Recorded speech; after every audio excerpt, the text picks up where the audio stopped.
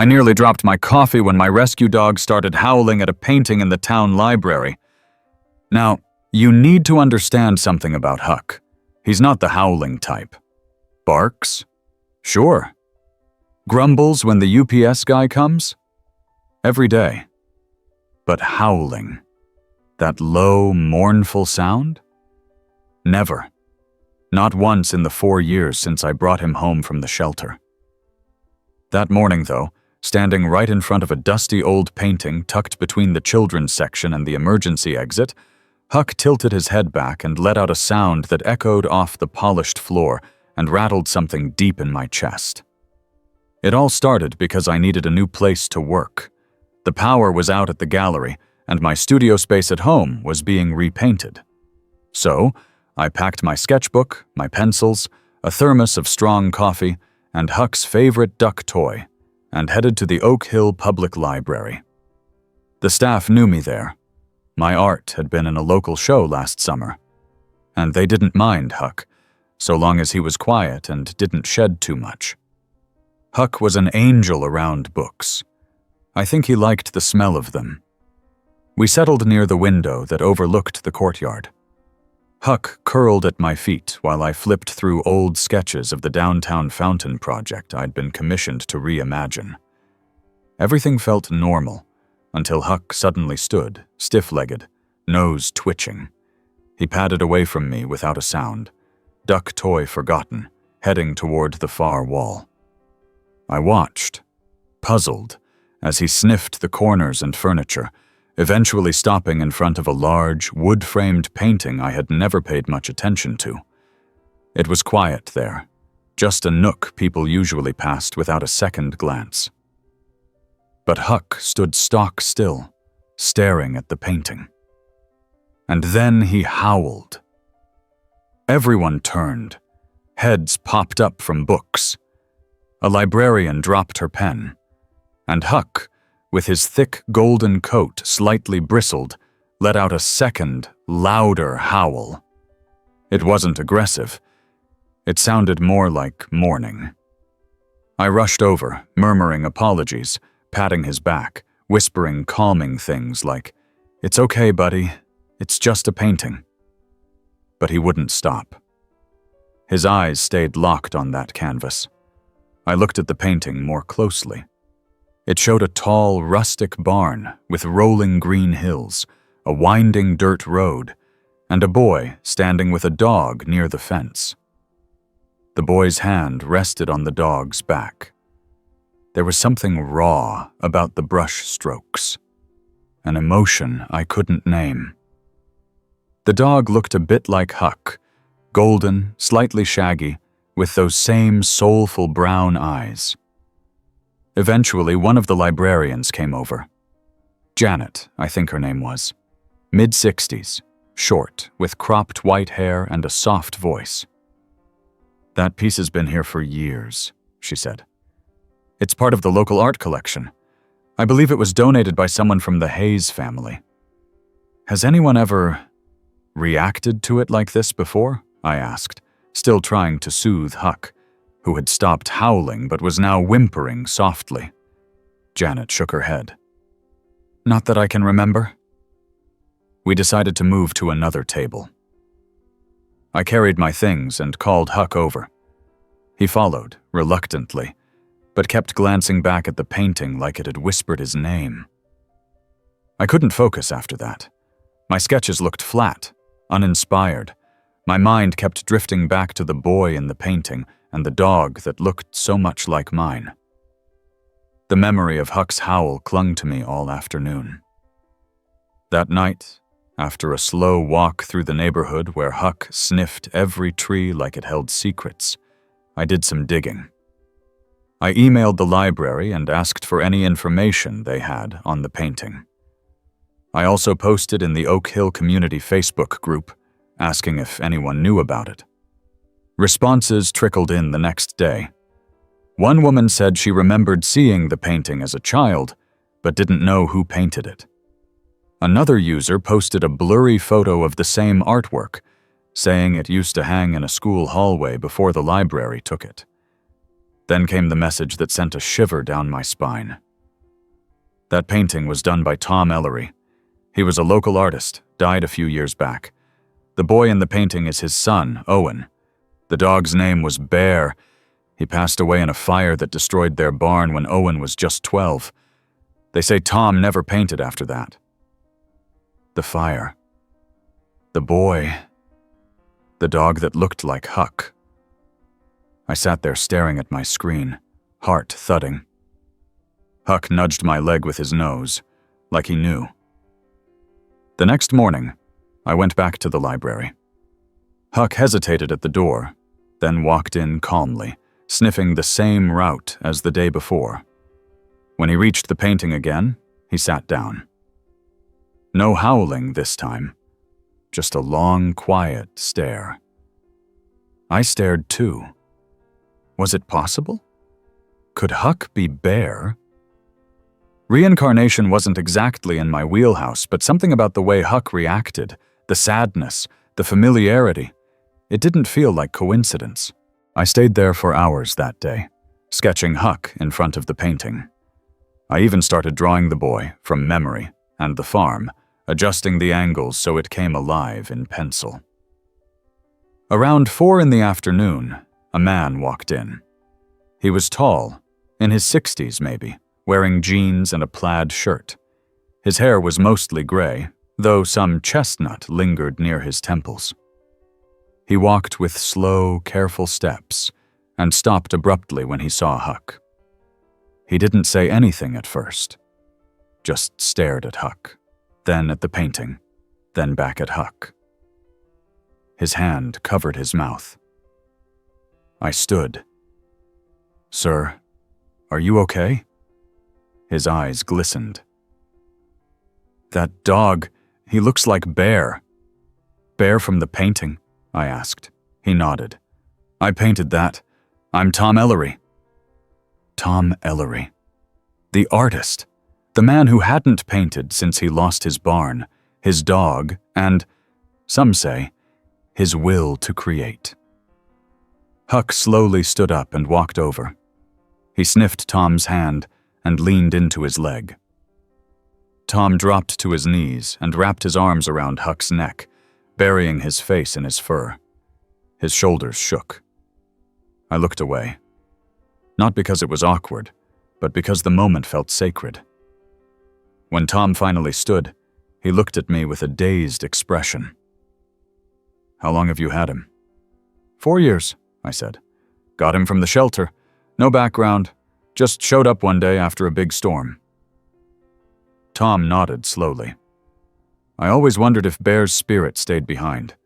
He was special. Saved my son's life that night. Woke him up and let him out.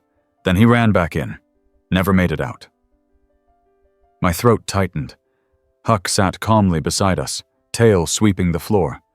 Tom walked up to the painting. He touched the frame like it might crumble. I thought I'd never come back here. But something told me to today. He turned to me. "Would you mind if I sketched him? It's been so long. I think maybe I could try again."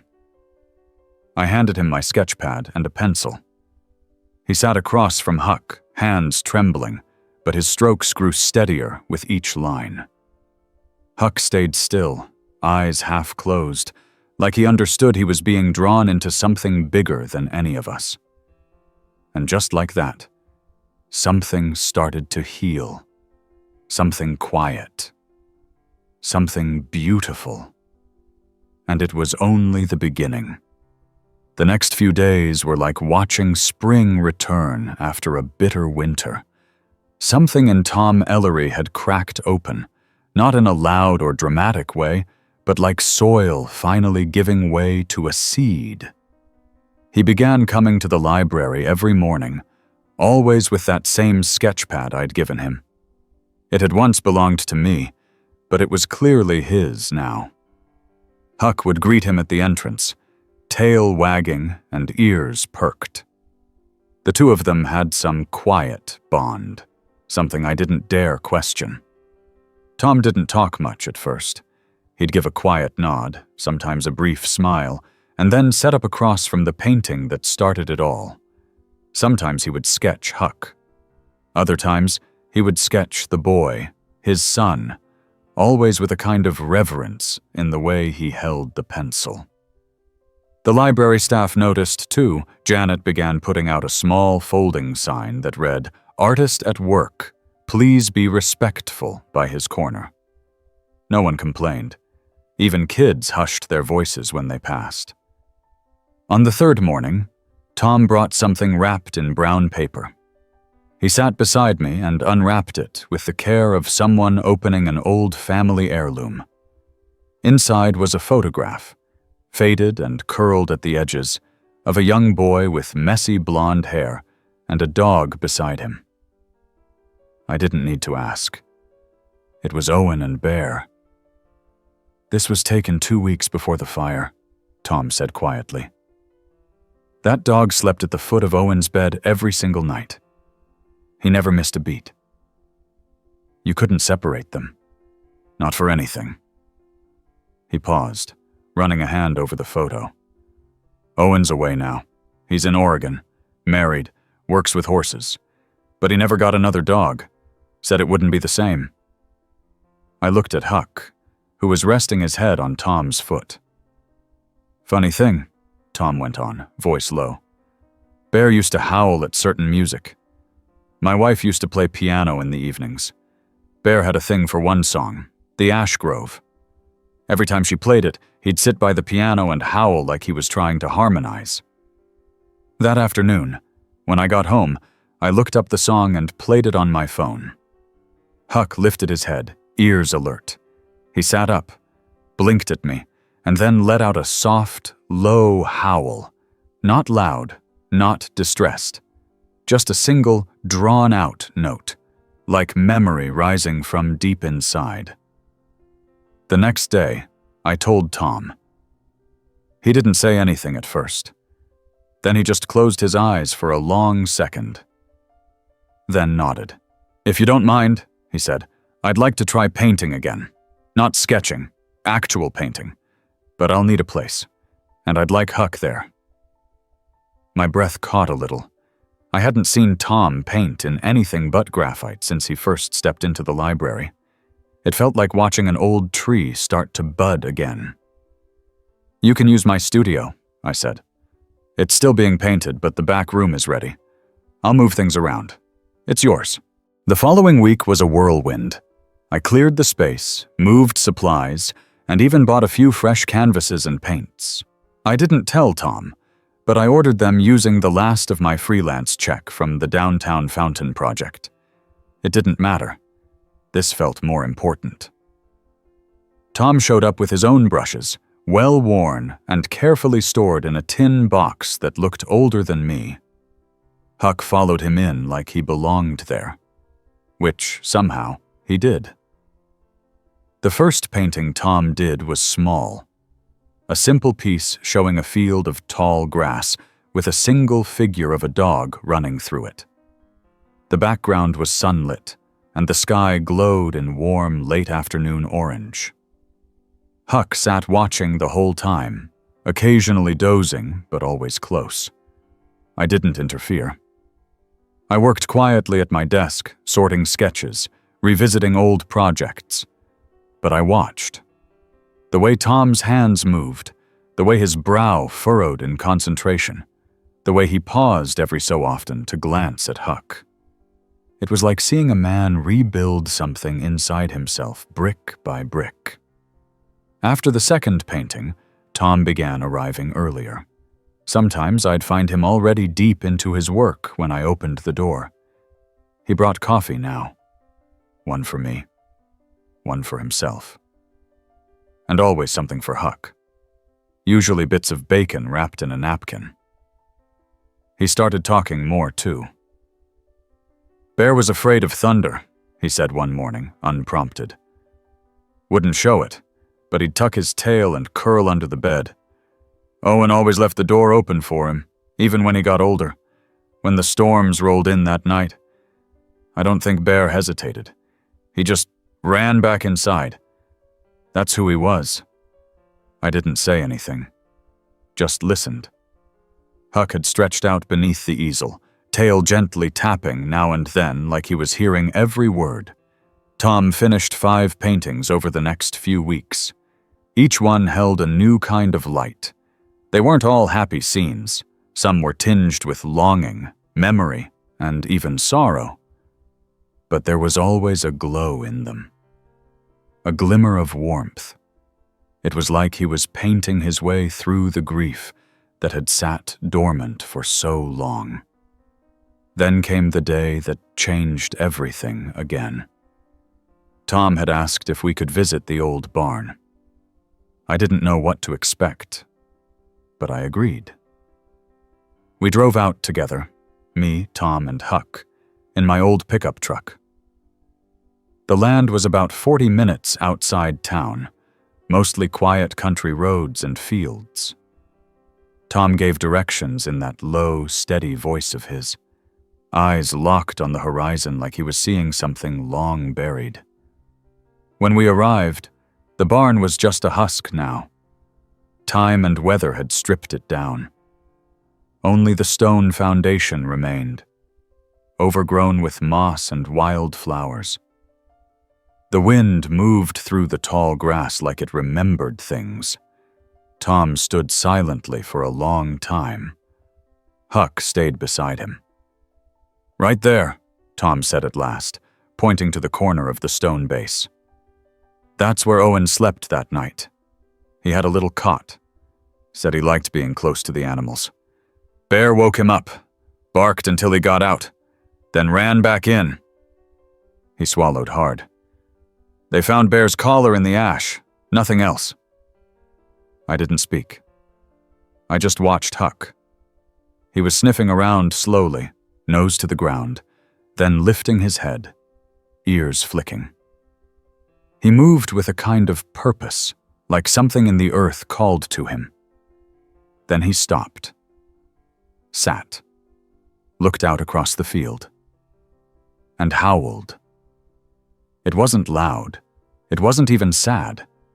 It was long and low, rising gently before fading into the breeze.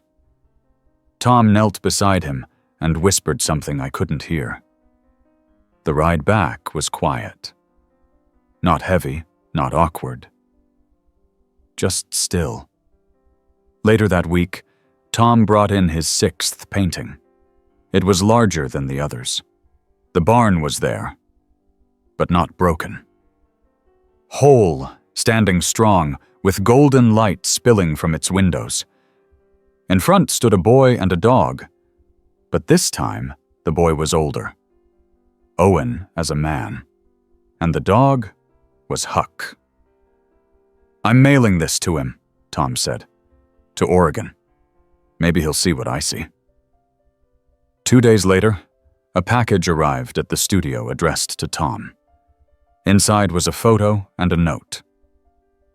The photo showed Owen standing beside a horse, holding a newborn baby wrapped in a blue blanket. A golden retriever stood beside him. The note read, "His name is Bear. We just adopted him, but I think maybe he found us first." Tom stared at it for a long while, then handed it to me. His eyes were glassy, but he smiled. "You know," he said, "maybe it's not about one soul jumping to another. Maybe it's just that love doesn't quit. Maybe it finds its way back, in fur or paint or old barns. Doesn't matter how. Just matters that it does." Huck wagged his tail, and we kept painting. There was something about watching a man reclaim his purpose that changed how I saw the world. Tom wasn't just painting again. He was alive in a way that made you feel like the air around him was different. I started noticing the little things more, too. The way Huck would nudge Tom's elbow just as he was considering a brush stroke. The way Tom began humming under his breath when the light hit the canvas right. The way people in the library stopped whispering about the artist in the corner and instead started asking if his work would be on display again. He always said no. Not yet. But the way his lips curled into a half smile told me it might not stay that way forever. One Saturday morning, I came down to the studio to find Huck already waiting by the door. Tail wagging, tongue out. He was never that excited so early unless he sensed something special was about to happen. Sure enough, minutes later, Tom pulled up in his old station wagon, and in the back was a canvas larger than any he'd brought before.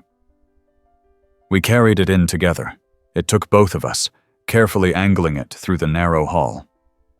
Once inside, he leaned it against the far wall, unwrapped the protective cloth, and stepped back.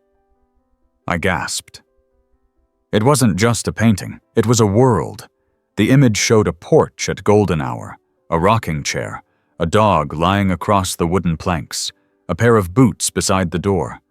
Everything was bathed in soft, buttery light that made the scene feel warm enough to step into. But what caught me most was the window. Reflected in the pane was a memory. A younger version of Tom, sitting with a child in his lap, the dog Bear at their feet. He had painted past and present in one frame, and it told more of his story than words ever could. "This one," he said, voice quiet but certain, "is going in the community show next month. If I'm going to come back, I might as well do it where I started." He had once said he never wanted to show his work again. But something had shifted. The weeks leading up to the Oak Hill Community Art Show were a blur of preparation. I offered to help him catalog pieces, photograph them, write blurbs for the brochure. Huck was with us for every step, usually dozing in the sunspots by the studio door, but occasionally thumping his tail in agreement when we picked a title. "What do we call this one?" I asked one afternoon, holding up a smaller canvas of Huck lying beside the painting in the library. Tom didn't even pause. "Found." That was the one word he used more often now, almost like a mantra. Found purpose. Found joy. Found again. One evening, while the late spring breeze wandered through the studio's open windows, Tom asked me something I hadn't expected. "Do you think Owen would come to the show?" I hesitated. "He might. Did you ask?" He shook his head slowly. "Not yet. I don't want to pressure him. But I'll send him a letter." He wrote it that night. I saw the envelope tucked into his jacket when he left. A few days later, I watched him drop it into the blue mailbox by the town post office. After that, he didn't bring it up again. Instead, he painted more. The last painting before the show was of Huck sitting in the field behind the barn ruins. It was more abstract than the others. The dog's features were looser, almost dreamlike, and behind him, faint as morning mist, was the silhouette of another dog running across the edge of the canvas. You wouldn't see it unless you looked closely. "It's a memory," Tom said, "but also a goodbye." I knew what he meant. The morning of the art show arrived with a nervous kind of energy. We loaded Tom's work into my truck and drove to the town hall. Huck rode in the back seat, head sticking out the window. The hall smelled of polished wood and fresh paint. Volunteers were already hanging pieces, arranging displays, setting out cookies and cider for later. Tom's work got its own corner. A long wall with warm lighting, just as he had requested. He brought out the porch painting last. We hung it in the center. When the light hit it just right, the reflection in the window looked almost like it moved. People started arriving by mid-afternoon. First, just a trickle, neighbors, local artists, a couple teachers from the school. Then it picked up. Word had gotten out that Tom Ellery was back, and so was his art. I watched from a quiet corner as people studied each piece. Some leaned in close, others stepped back, letting the emotions of the paintings settle into them. I heard a few sniffles, some smiles, quiet conversations. The occasional, "That dog looks so familiar." Tom didn't say much at first. He stood near the porch painting, hands in his pockets, nodding to people who approached. But when a little boy wandered over, pointing at the dog and asking, "Is that your dog?" Tom knelt beside him and began to talk. Just like that, the words came. Huck sat beside him the entire time. As the sun began to dip outside, casting amber light through the hall's tall windows, I noticed a man near the entrance, late 30s, maybe early 40s. Tall, strong-build, brown hair. He held a folded coat in one hand and a baby carrier in the other. Tom didn't see him right away, but Huck did. He lifted his head, ears forward, then trotted across the hall. The man knelt. Huck licked his hand, then sat. Just sat. Tom finally looked up. He froze, then walked over, slowly, like he didn't quite believe what he saw. "Owen," he whispered. "Hey, Dad." They didn't hug right away. They just stood there, eyes locked, and something passed between them. Years of silence, loss, memory. Then Owen extended the baby carrier. "This is Caleb," he said. "He's 3 months, sleeps like a rock." Tom looked at the baby like he was made of starlight. Then finally, carefully, he placed a hand on his son's shoulder. "You came. I got your letter. And the painting. Mom would have loved it." Tom smiled. Not the polite kind. The full kind. The kind that only happens once something finally heals. They spent the rest of the evening together. Owen looked at every painting. He asked questions. He remembered things. He told stories I hadn't heard, like how Bear used to sneak scraps under the kitchen table, or how he once chased a tractor 3 fields over before coming home covered in dust. Later, as the crowd thinned and the cider pitchers emptied, Owen crouched beside Huck. "You remind me of someone," he murmured. Huck leaned into him. I stepped away, giving them space. Tom came over, arms crossed, eyes shining. "I didn't think he'd come." "He did," I said. "And I think he needed this just as much as you." Tom nodded. "Funny thing. I used to think art was something I did to fill the space. Turns out it's what kept me going. And this dog," he looked over at Huck. "Maybe he just showed up to remind me." Huck turned, ears perked, as if on cue. We laughed. The night ended with the sound of folding chairs, soft conversation, and someone playing an old upright piano near the corner. The tune drifted through the space, gentle, familiar. "The Ash Grove." Huck lifted his head, and he howled. After the art show, everything in town seemed to breathe a little easier. I don't mean that figuratively. Oak Hill literally felt lighter, like the people who came to see Tom's work walked out with less weight on their shoulders, and somehow that shift stayed in the air. The local paper ran a feature on him titled "The Return of Tom Ellery," and they used a photo I had taken. Tom standing beside his painting of Huck on the porch, the golden light making everything glow. He didn't want to read the article at first, said it wasn't about him, but a few days later, I spotted the paper folded neatly beside his coffee mug in the studio, the corner of the article marked with a smooth stone. Huck had become a kind of unofficial town mascot. People stopped us on walks just to say hello to him. A group of 3rd graders from the elementary school wrote a class letter to him. "Dear Huck, you are a very good dog. We like your fur. You are brave. Love, Room 3. Tom read it out loud with tears in his eyes and pinned it to the studio wall. Owen stayed in town longer than expected. He and his wife had planned to drive back to Oregon within a week, but after the show, they extended the trip. They moved into the guest house behind Tom's place. Most days, Owen helped around the property, fixing broken fences, clearing the overgrown vegetable garden. On the weekends, we all had lunch together in the studio's little side yard. Tom, Owen, the baby, Huck, and me. It felt less like a gathering and more like something that had been meant to happen for a long time. One afternoon, Owen brought out an old wooden crate filled with rolled-up canvases. "Dad," he said, placing it in front of Tom. "I found these in the attic. Thought you might want them." Tom pulled one out, slowly unfurling it. It was a half-finished painting of the barn, done in wide, expressive strokes. The dog wasn't painted yet, just a blank space where Bear would have been.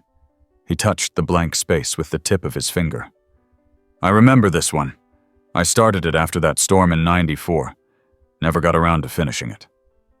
He unrolled 3 more. All partials. All abandoned.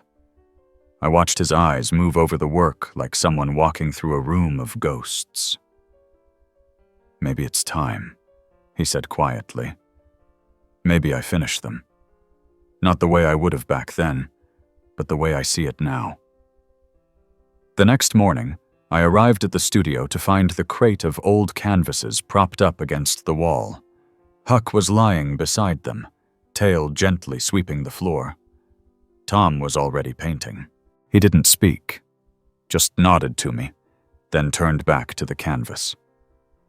This one showed a child's bedroom with a small bed, a pair of muddy boots, and a dog curled on a rug. I recognized the scene. It was the one Tom had described during our first few conversations. The night of the fire. The moment before everything changed. But he painted it with warmth. Not dread. Not despair.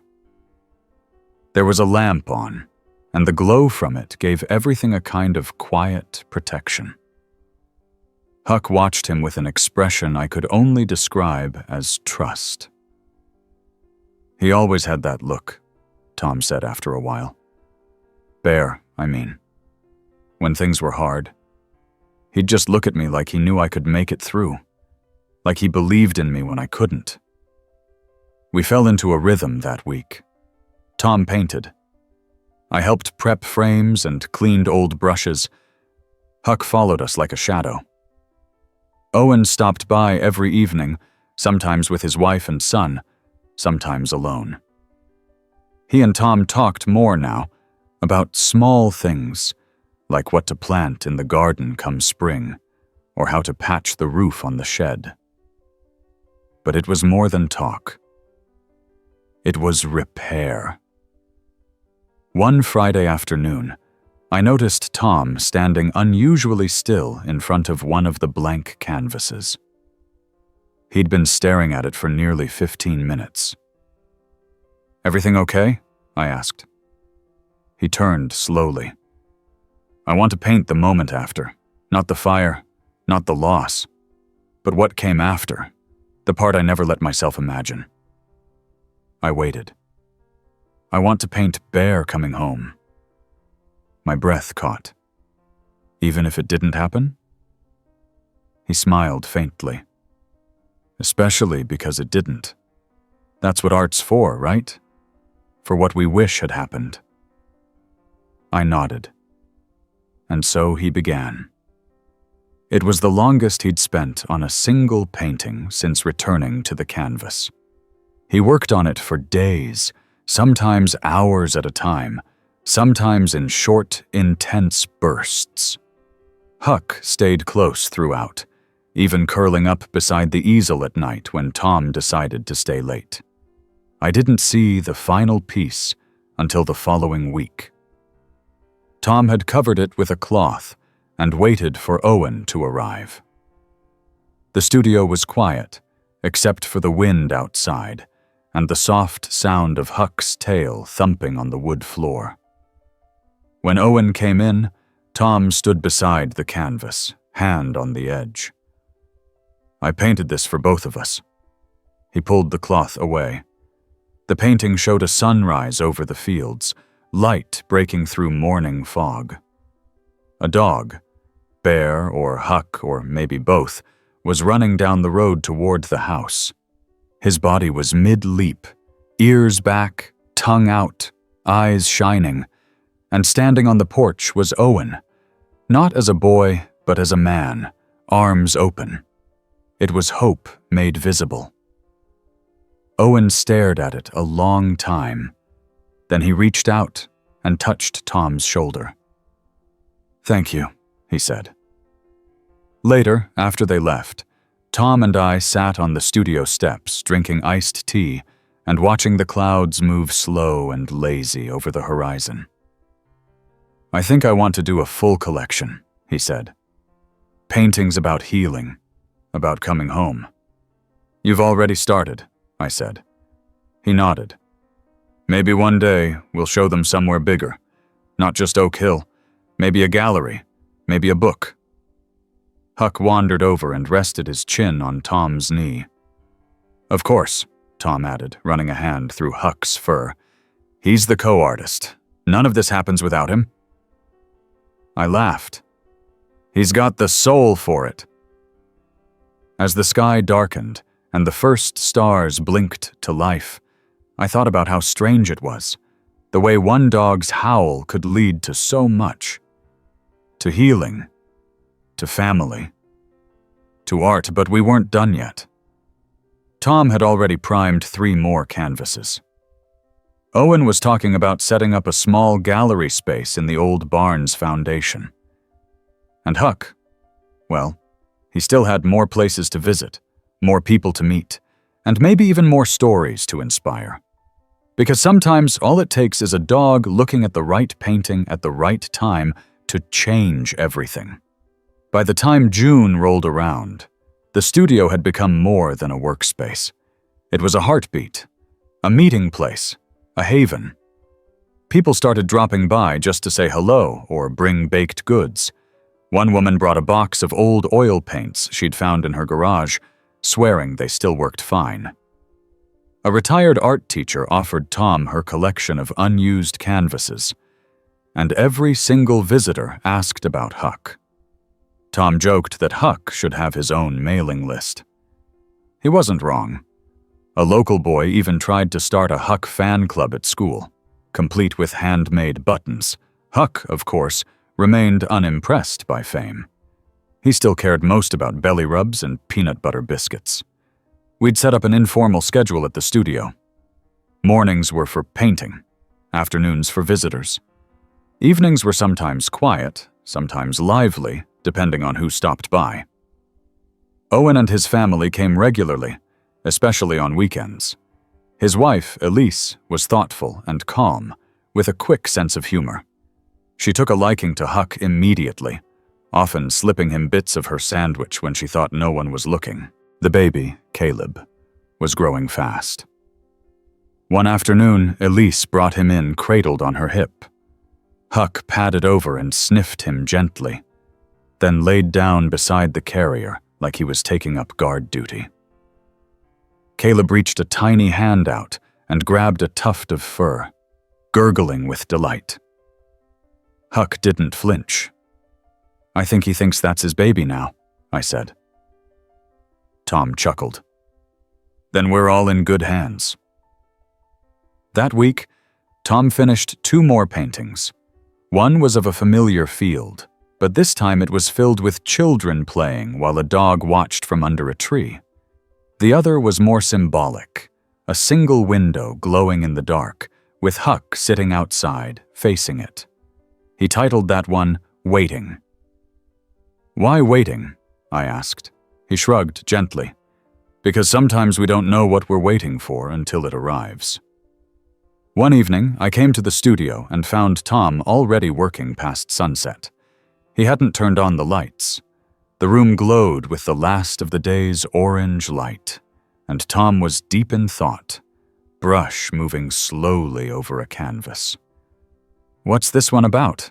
I asked, setting down the drinks I'd brought. He didn't answer immediately, just kept painting, head tilted, strokes deliberate. "It's a dream I had," he said finally. Owen was small again. We were walking near the woods, Bear beside us. But the woods opened up into this place I didn't recognize. Like a meadow, but not. There was water too, and the air felt heavy, like a storm had just passed. He stepped back and motioned toward the painting. It wasn't finished, but I could already see the outlines of the scene. A path leading through woods, with light at the end. 3 figures, father, son, dog, walking toward it. I woke up feeling quiet, he added, like something had settled. I sat on the floor beside Huck. We watched Tom paint for nearly an hour without saying much. Just the sound of the brush, the creak of the floorboards, and Huck's slow, rhythmic breathing. The next day, the mayor stopped by. She'd heard about the show and wanted to propose something more permanent. A mural, maybe, or a town-sponsored exhibition featuring local artists with Tom as the centerpiece. Tom listened, nodded politely, and said he'd think about it. After she left, he turned to me and said, "I don't want this to be about just one person's comeback. I want it to be something others can feel part of." So we brainstormed. Over the next few days, we came up with the idea for a community exhibit. Not just art, but stories. We'd invite people to submit memories tied to animals they'd loved and lost, and Tom would create a series of paintings inspired by their stories. We called it The Heart Remembers. The announcement went out on the town bulletin board, online, and through word of mouth. Submissions began trickling in almost immediately. Some were just a few sentences. Others came as full letters. All of them were sincere. A woman wrote about her childhood dog who waited for her at the bus stop every day. A teenager shared the story of a cat that helped him through a difficult diagnosis. An elderly man brought in a yellowed photo of a hunting dog from the 1950s, eyes bright and tail mid-wag. Tom read each one carefully. He kept them in a large folder labeled Hearts. He began sketching at night now, usually after dinner. He'd sit in the studio with the folder open, Huck curled nearby, and let the stories guide his hand. Each drawing was different. Some were literal recreations. Others were more poetic. One was just a set of paw prints fading into grass. I asked him once if it ever got too heavy, carrying so many other people's memories. "It doesn't weigh me down," he said. "It connects me." As July neared, we decided to hold the new exhibit in the community center. The library offered their movable walls, and several volunteers stepped in to help set up. Huck, of course, oversaw the process, sniffing every corner and making friends with every helper. By then, the story had reached beyond Oak Hill. A regional magazine called and asked to do a feature. Then a local news station requested an interview.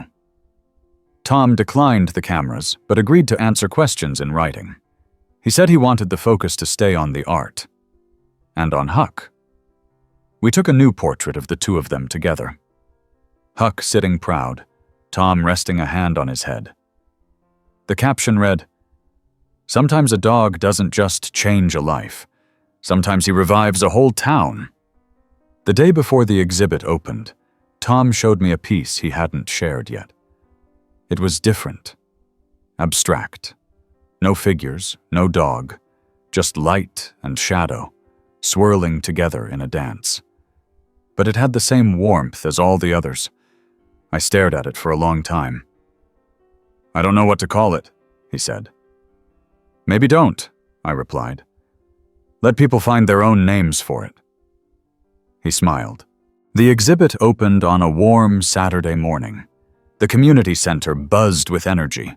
Families, seniors, kids, teachers, former students, even folks from nearby towns came through. Every painting had a story card beside it.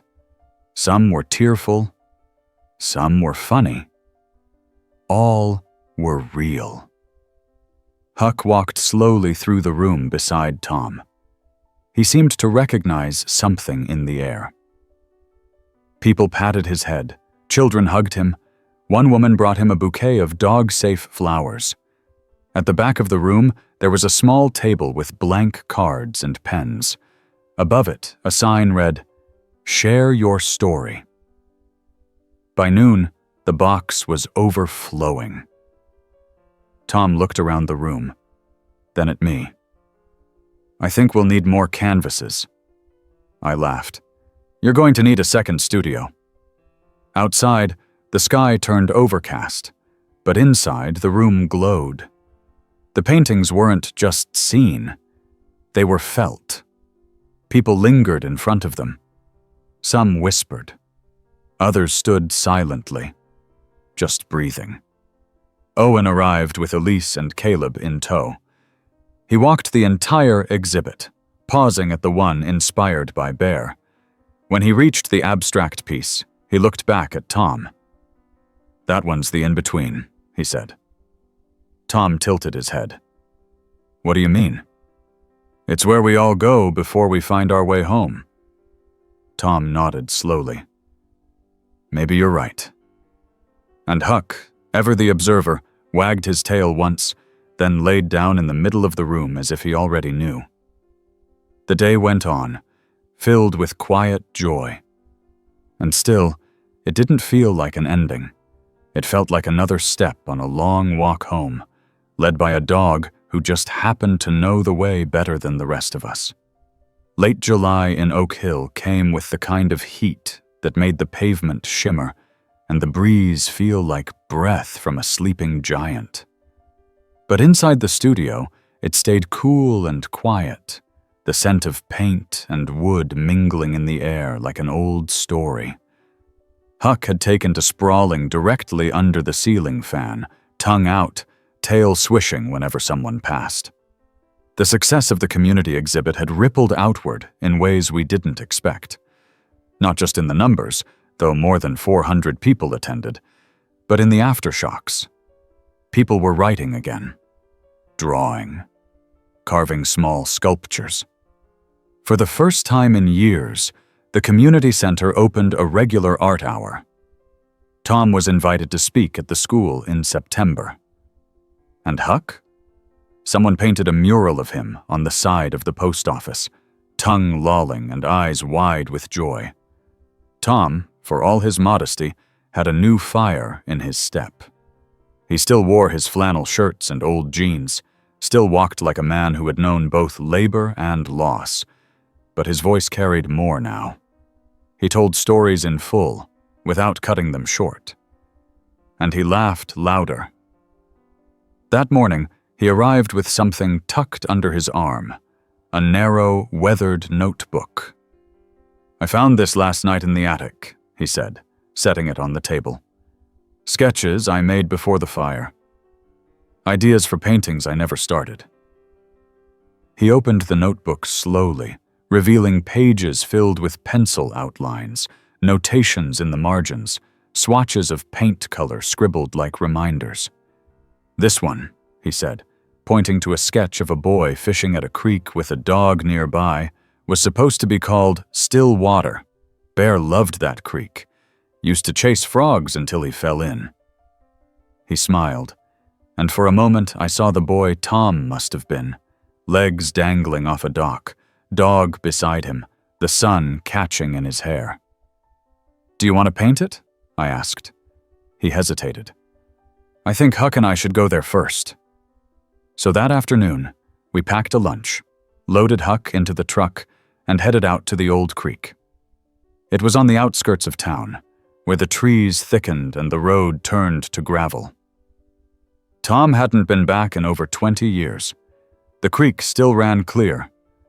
A little slower now, maybe, but the water was cool, and the sound of it trickling over stones brought an immediate calm. Huck leapt out of the truck like he'd been there before. He sniffed the grass, pawed at the edge, then waded in up to his chest. Tom sat on a mossy rock and watched him. "I used to think I was the one teaching Bear how to live," he said. "Turns out he was the one teaching me, just took me a few decades to listen." We stayed for hours. Huck explored every inch. Tom filled half a sketchbook with rough drafts. I dozed against a tree for a while, lulled by the sounds of the water and the occasional splash of Huck's play. On the drive home, Tom was quiet, but it wasn't the heavy kind. It was a silence filled with thoughts, the kind that meant something was blooming. He started painting still water the very next morning. Over the next 2 weeks, Tom completed 5 new pieces inspired by the old sketches. He didn't copy them exactly. He updated them. A few now featured Huck in place of Bear, not as a replacement, but as a continuation. The backgrounds were richer, the colors bolder. Time had given his work new texture. One of the new paintings showed Huck lying on a porch beside a rocking chair. Behind him, the faint shadow of another dog stretched out toward the grass. It was subtle, just a suggestion of fur and form, but it was there. He titled it, Both. As word spread about the new series, people began asking if Tom would consider a traveling exhibit. The mayor offered to help coordinate with nearby towns. A gallery from Raleigh reached out with interest. Tom took it all in stride, always saying, "Let's take it one painting at a time." Huck, meanwhile, was unfazed by the rising attention. His days were still filled with naps in the sun, slow walks to the bakery where the owner kept a jar of treats under the counter, and long evenings lying beside Tom as the paintbrush moved. But something shifted one night. I arrived at the studio after dinner to find Tom standing in the doorway, staring up at the sky. Huck sat beside him, unusually still. "Something's different," Tom said without turning. "He's quieter. Not tired, just reflective." I looked down at Huck. His eyes met mine, and there was a softness there I hadn't seen before, like he was watching over something. We didn't say more, just went inside. Tom painted. I cleaned brushes. Huck lay near the window, watching the stars.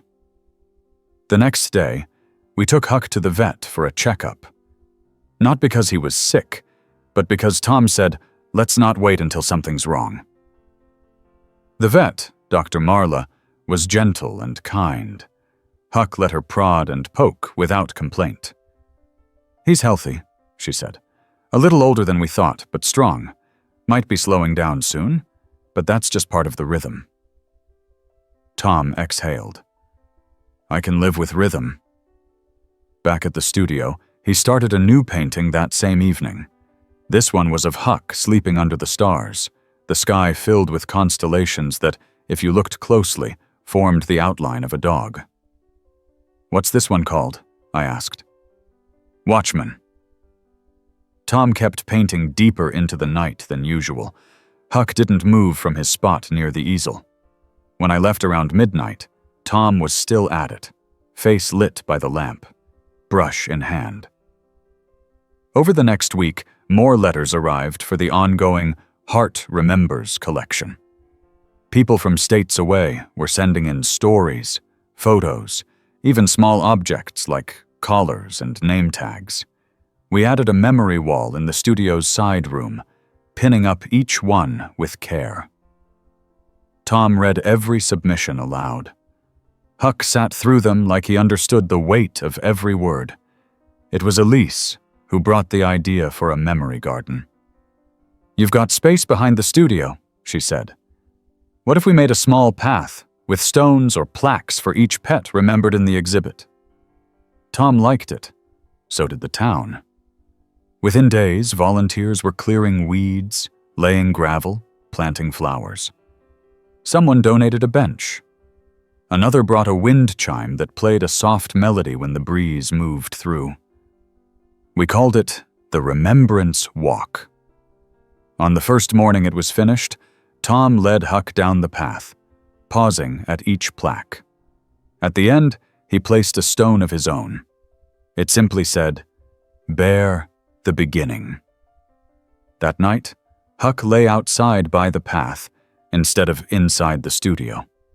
He watched the wind move through the tall grass, then closed his eyes, breathing slow and deep. The next morning he was back at the door, tail thumping. Tom smiled. Still on duty. And the day began again, just as it always had, with the quiet faith that whatever Huck saw in that painting at the library, whatever story he had come to tell, still had more to give. The mornings had started coming earlier, not in the sense of time, but in the feel of them. The air had a shift to it, lighter, easier, full of warmth that clung to your arms like a familiar blanket. Huck was always awake before anyone else.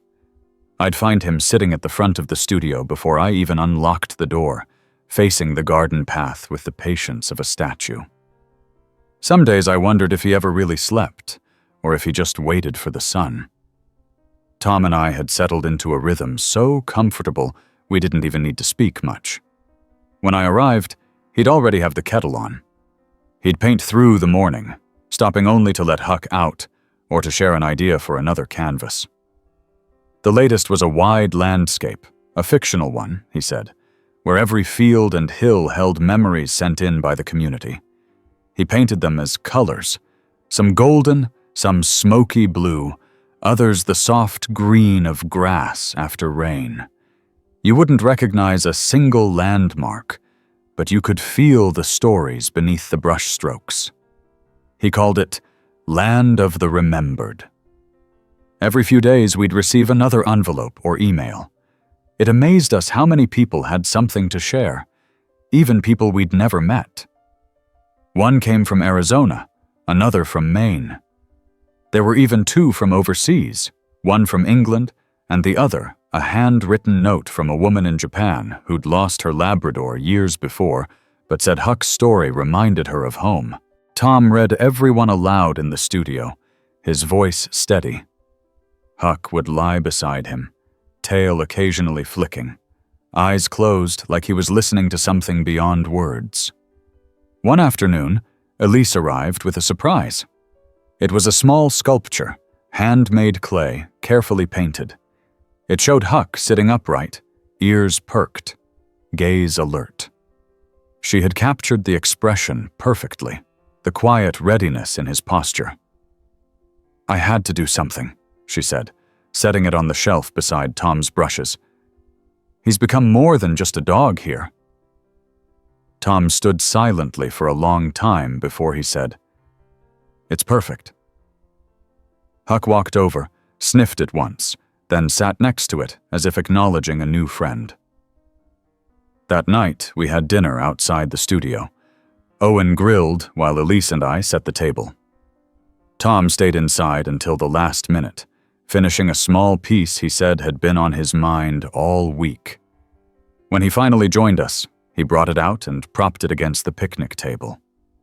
It showed a group of animals: dogs, cats, a horse, even a rabbit, sitting in a semicircle, all facing a warm, glowing light just out of frame.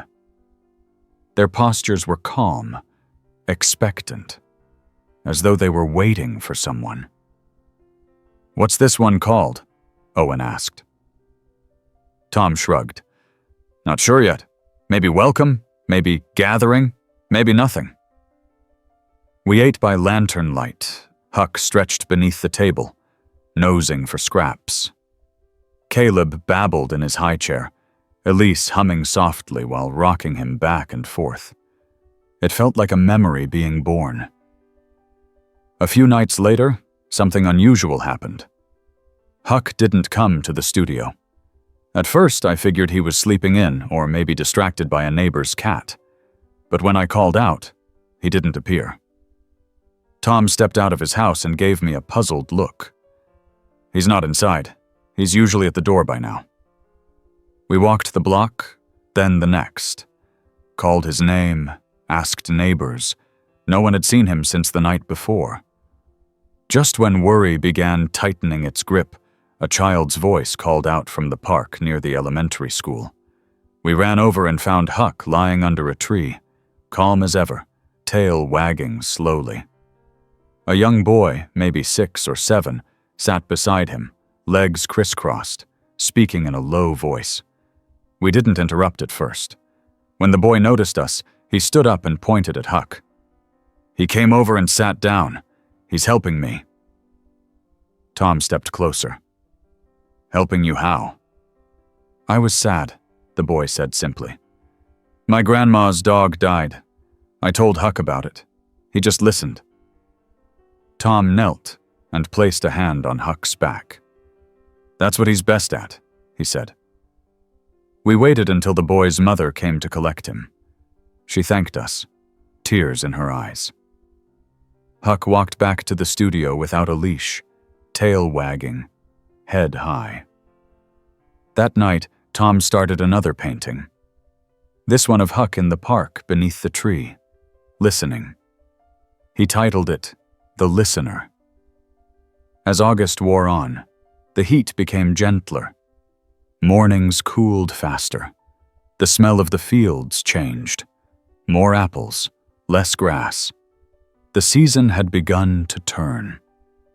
Tom spent several afternoons working on a mural for the school, something he'd never thought he'd do again. The principal had asked if he could paint something simple, joyful, in the main hallway. He agreed on one condition. "Let the kids design it," he said. "I'll just make their drawings come together." And so, over 2 weeks, children submitted crayon sketches, watercolors, even cardboard cutouts. Dogs, stars, rainbows, trees with swing sets, fields full of daisies. One drawing simply showed Huck standing in front of the moon with the words, "He knows things," scribbled underneath. Tom wove them all together into one long, colorful mural. It took him 5 days. I helped prime the wall, carry supplies, and keep the kids from peeking too soon. On the 6th day, the whole school gathered to see the finished piece.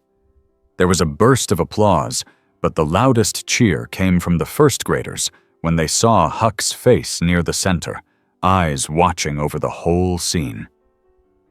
"Is he gonna stay there forever?" one girl asked. "As long as the wall does," Tom replied. He painted 3 more pieces that week. One inspired by a letter from a woman whose dog had saved her from a house fire. Another from a man who'd lost his cat during a deployment, but said he still felt her curled at his feet sometimes. The third was different. It was of the studio itself, from the outside, but with soft golden light pouring from the windows and Huck standing in the doorway, just a shadow but instantly recognizable. He didn't title that one either. As we walked the Remembrance Garden one afternoon, Tom paused near Bear's Stone. "Do you ever wonder," he asked, "what would have happened if Huck never howled at that painting?" I nodded. "All the time? I might still be sitting in my kitchen, not painting. Might have never read those letters. Might have never met half the people who wrote them. But he did howl." Tom smiled. "Yeah, he did." The air was quiet. Then Huck, as if on cue, gave a single, soft bark. We both laughed. We headed back inside, and Tom picked up a blank canvas. "Let's start something new," he said. And Huck lay down beside us like he always had, waiting for the first stroke to fall.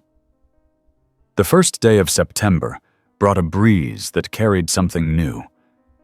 Not just cooler air or the rustle of early turning leaves, it brought a sense of readiness, of turning pages. At the studio, sunlight filtered through the tall windows in gold bands, catching dust in mid-air and making Huck's fur look like it shimmered when he moved through them. Tom stood at his easel, halfway into a new canvas, but he hadn't dipped his brush in paint for several minutes. He was staring through the window, eyes fixed somewhere far beyond the tree line. "What are you thinking about?" I asked, passing him his coffee. He didn't look at me. just took the cup and said, "First days. School started today, didn't it?" "It did." "I remember dropping Owen off for his first day of second grade. He wore a too big red flannel and carried a notebook he decorated himself. Bear rode with us. Waited in the truck the whole time. When Owen got back in, Bear licked his hand like he'd been gone a year. He finally dipped his brush into a warm ochre and dragged it gently across the lower half of the canvas. A field began to take shape. That afternoon, the studio got its first group visit. A class of fourth graders came from the elementary school, their teacher having arranged it after the mural unveiling. The kids came in buzzing, shoes squeaking, eyes wide. "This is where Huck lives?"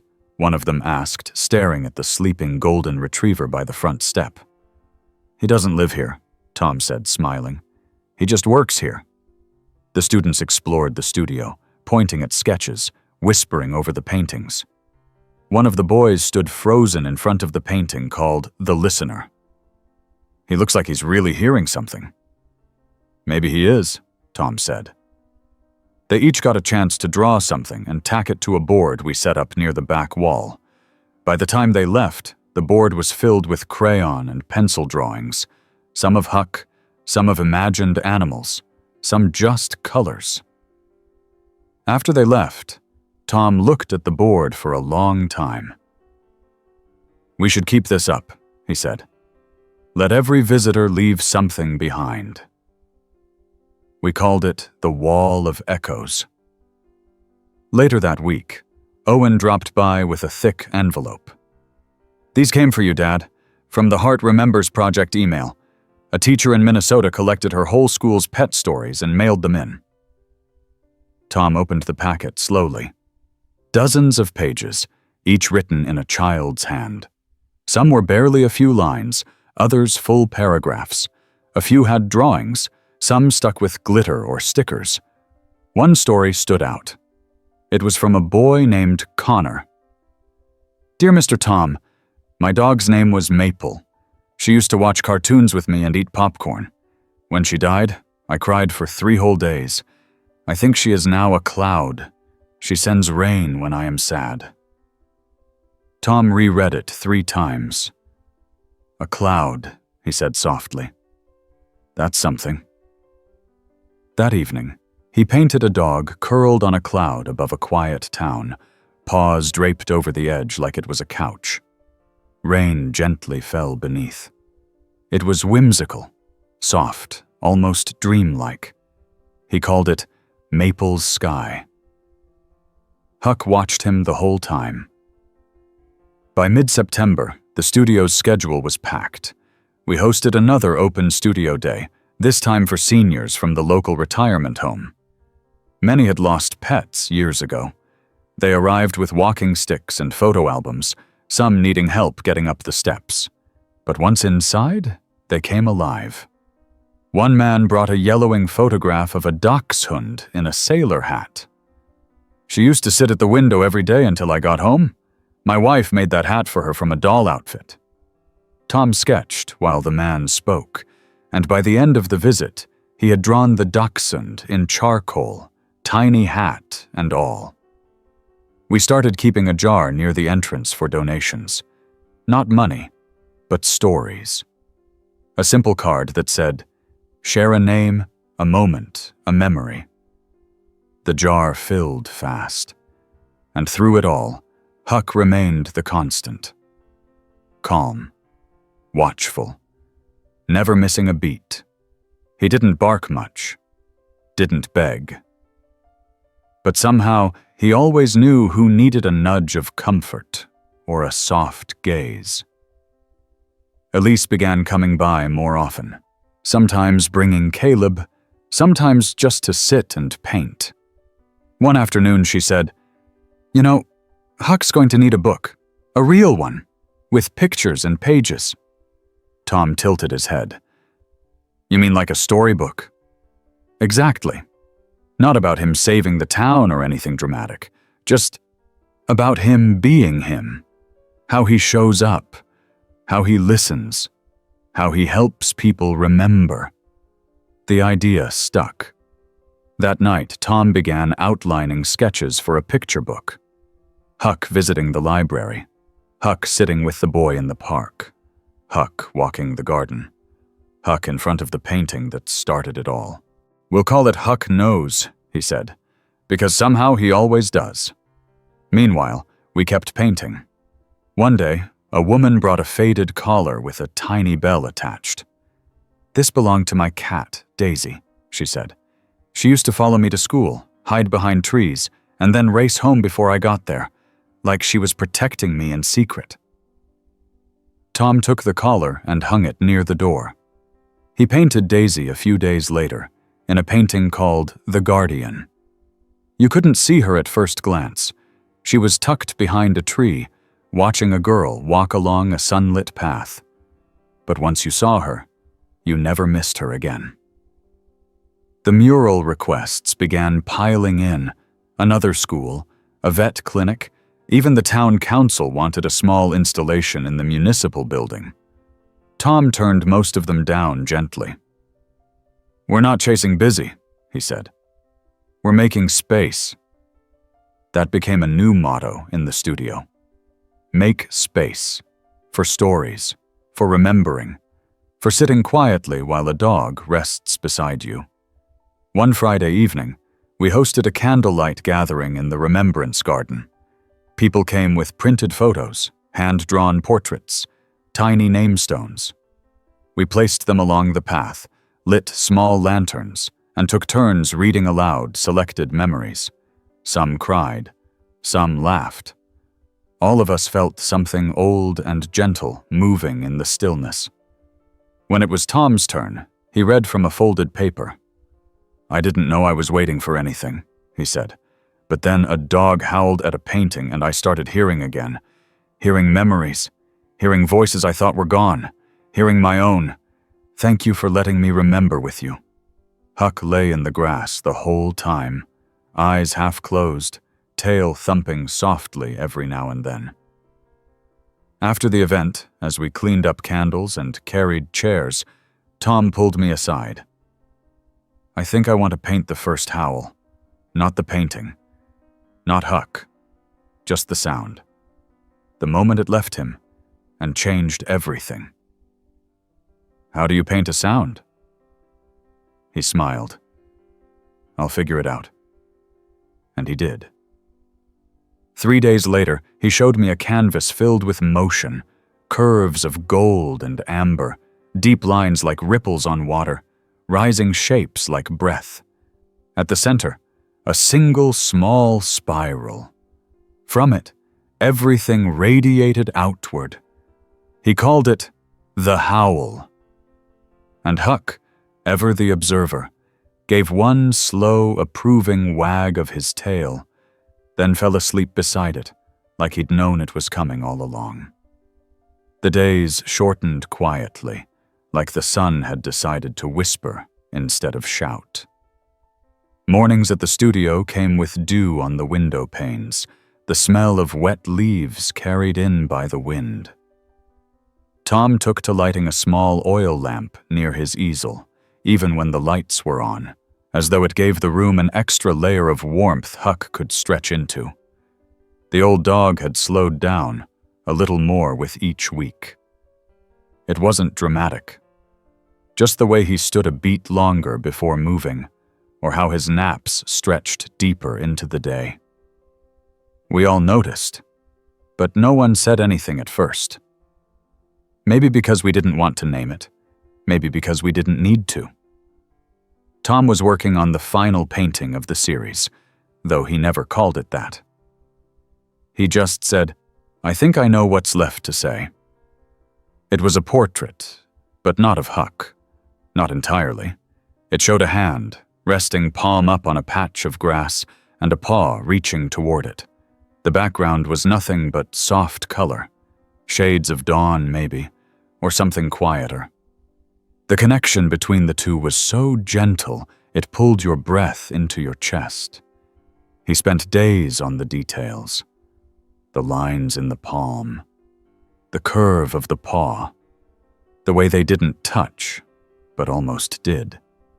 He kept glancing toward Huck, who lay near the window with his chin on his paws, blinking slowly whenever Tom moved.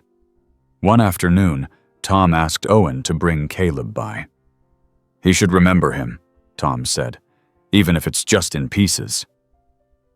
Caleb toddled around the studio, squealing each time Huck wagged his tail.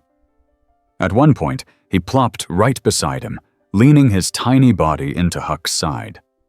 Huck didn't move, just blinked and let the boy rest there. Tom sketched that too.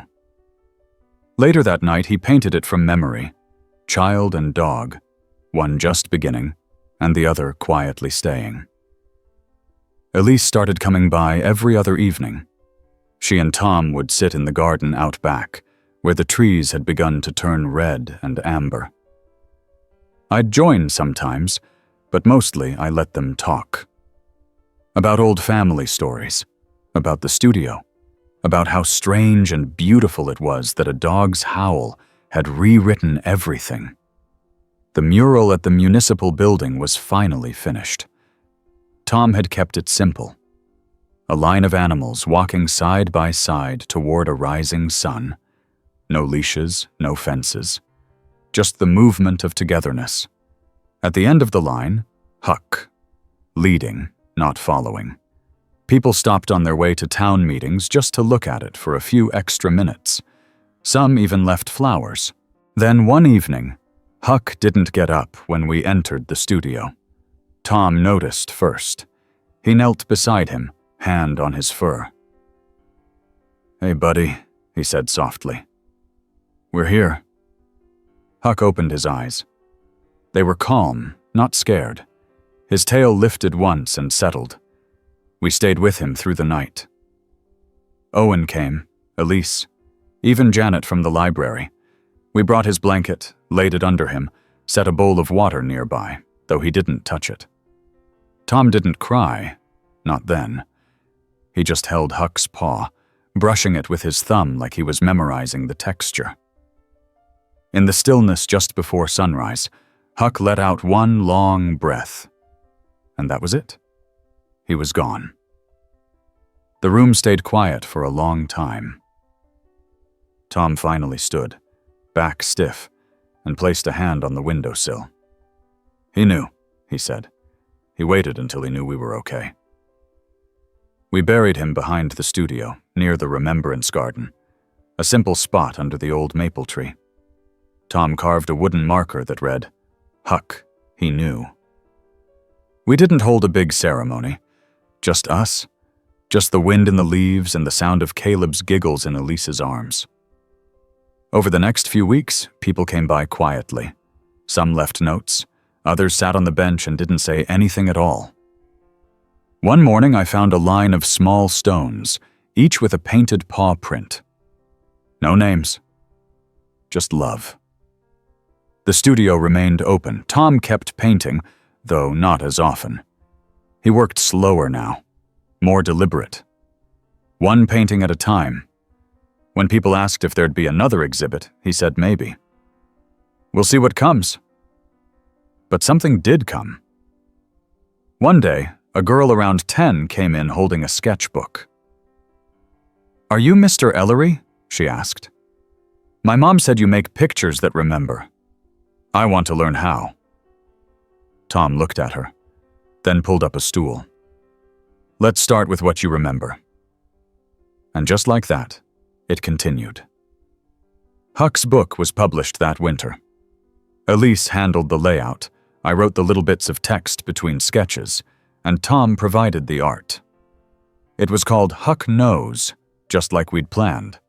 The first print run sold out in 2 weeks. Schools wrote asking for copies. Animal shelters requested bundles. Letters poured in. Tom didn't want the attention. He wanted something else. So we printed a special edition with blank pages in the back. "For your own stories," the note said, "because remembering belongs to everyone." On the 1-year anniversary of Huck's passing, we held a quiet gathering in the garden. No speeches. Just music, candles, and pages from the memory jar hung like lanterns from the trees. As the sun dipped low, a gentle breeze stirred the leaves. Tom stood beside the tree and looked up. "I still hear him," he said. "Every morning, just before I start. Not a sound, just the sense of him." I nodded. "He's still working here." Tom smiled. "Always will be." The studio lights glowed on. Inside, a fresh canvas waited. And though the old dog was gone, the painting wasn't finished. It was never meant to be meant.